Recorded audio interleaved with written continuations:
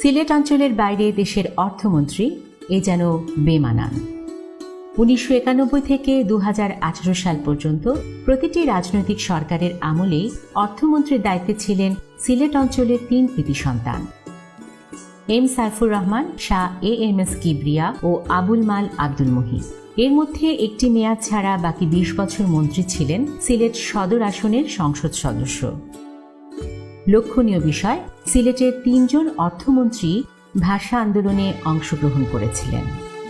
ভাষা আন্দোলনে অসামান্য অবদানের জন্য 2005 সালে 21শে পদক লাভ করা সাইফুর রহমান 1980 সালে প্রথম কোনো সিলেটি হিসেবে অর্থমন্ত্রী হন।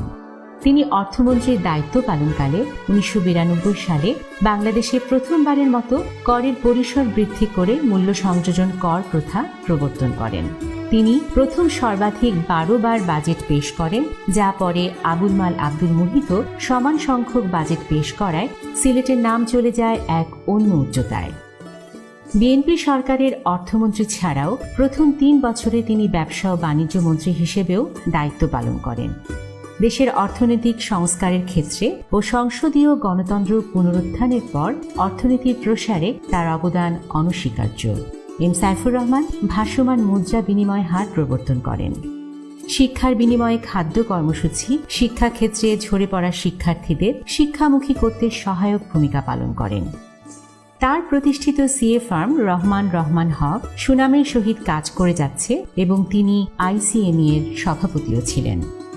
1994 সালে তিনি স্পেনের মাদ্রিদে বিশ্ব ব্যাংক ও আন্তর্জাতিক মুদ্রা তহবিলের সুবর্ণ জয়ন্তী সম্মেলনে গভর্নর নির্বাচিত হন।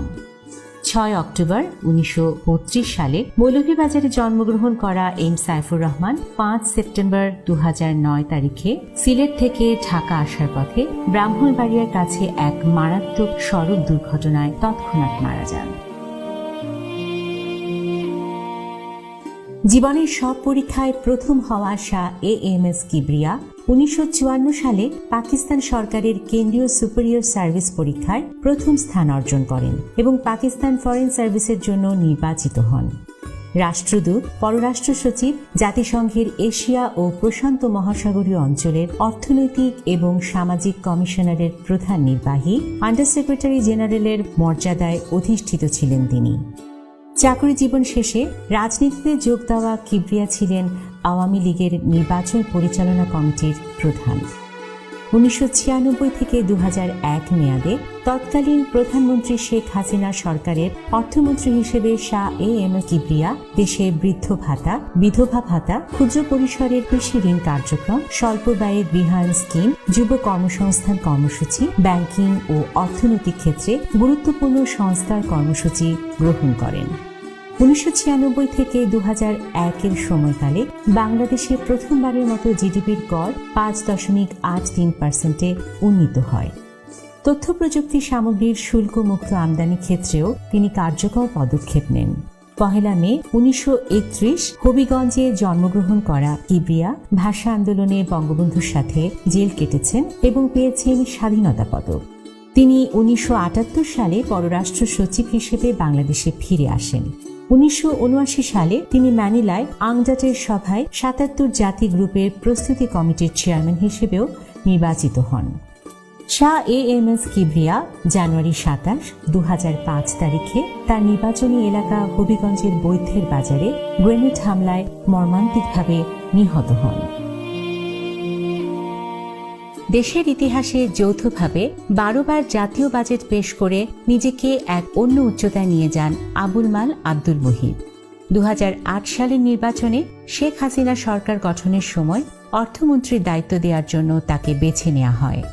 2009 সালে শপথ নেওয়ার পর একটানা 2 মেয়াদে অর্থ মন্ত্রণালয়ের দায়িত্ব পালনের পর অবসরে যান তিনি। 6 অক্টোবর 1934 সালে জন্মগ্রহণ করা এম এ মুহিতকে তৎকালীন পাকিস্তান সরকার 1966 সালে তমঘা-ই খিদমত পদকে ভূষিত করেন। 1982 থেকে 1983 খ্রিস্টাব্দে এরশাদ সরকারের অর্থ ও পরিকল্পনা মন্ত্রণালয়ের উপদেষ্টা হিসেবে কাজ করেছেন মুহিত। বিশ্ব ব্যাংক, আইএমএফ, আইডিবি এবং জাতিসংঘের বিভিন্ন প্রতিষ্ঠানের গুরুত্বপূর্ণ পদেও তিনি সুনামের সহিত দায়িত্ব পালন করেছেন। তিনি 1951 সালে সিলেট এমসি কলেজ থেকে ইন্টারমিডিয়েট পরীক্ষায় প্রথম স্থান অর্জন করেছেন। ঢাকা বিশ্ববিদ্যালয় থেকে 1953 সালে প্রথম শ্রেণীতে প্রথম স্থান অর্জন করে বিএ অনার্স এবং 1955 সালে ইংরেজি সাহিত্যে স্নাতকোত্তর ডিগ্রি অর্জন করেন।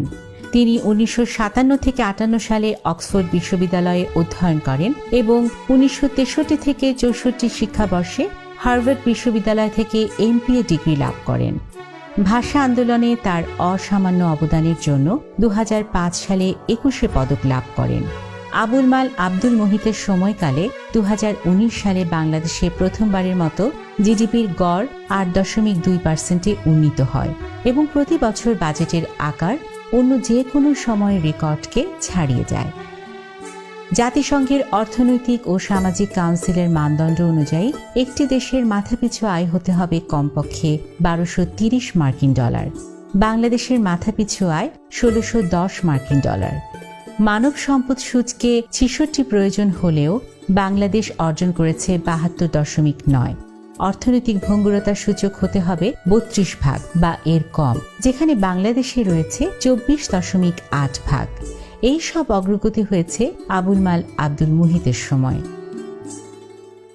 ভাষা আন্দোলন থেকে শুরু করে স্বাধীনতা যুদ্ধ ও দেশের অর্থনৈতিক ক্ষেত্রে অসামান্য অবদান রাখা এম সাইফুর রহমান, শাহ এএমএস কিবরিয়া ও আবুল মাল আব্দুল মুহিতের মধ্যে রাজনৈতিক মতপার্থক্য থাকলেও দেশের এবং সিলেটের উন্নয়নের ক্ষেত্রে তাদের অবস্থান ছিল অভিন্ন ও দৃঢ়। পারস্পরিক শ্রদ্ধাবোধ, সুস্থ রাজনৈতিক চর্চায় তারা অগ্রণী ভূমিকা পালন করেছেন। সিলেটের ইতিহাসের উজ্জ্বল এই 3 সূর্য সন্তানকে জাতি আজীবন স্মরণ রাখবে।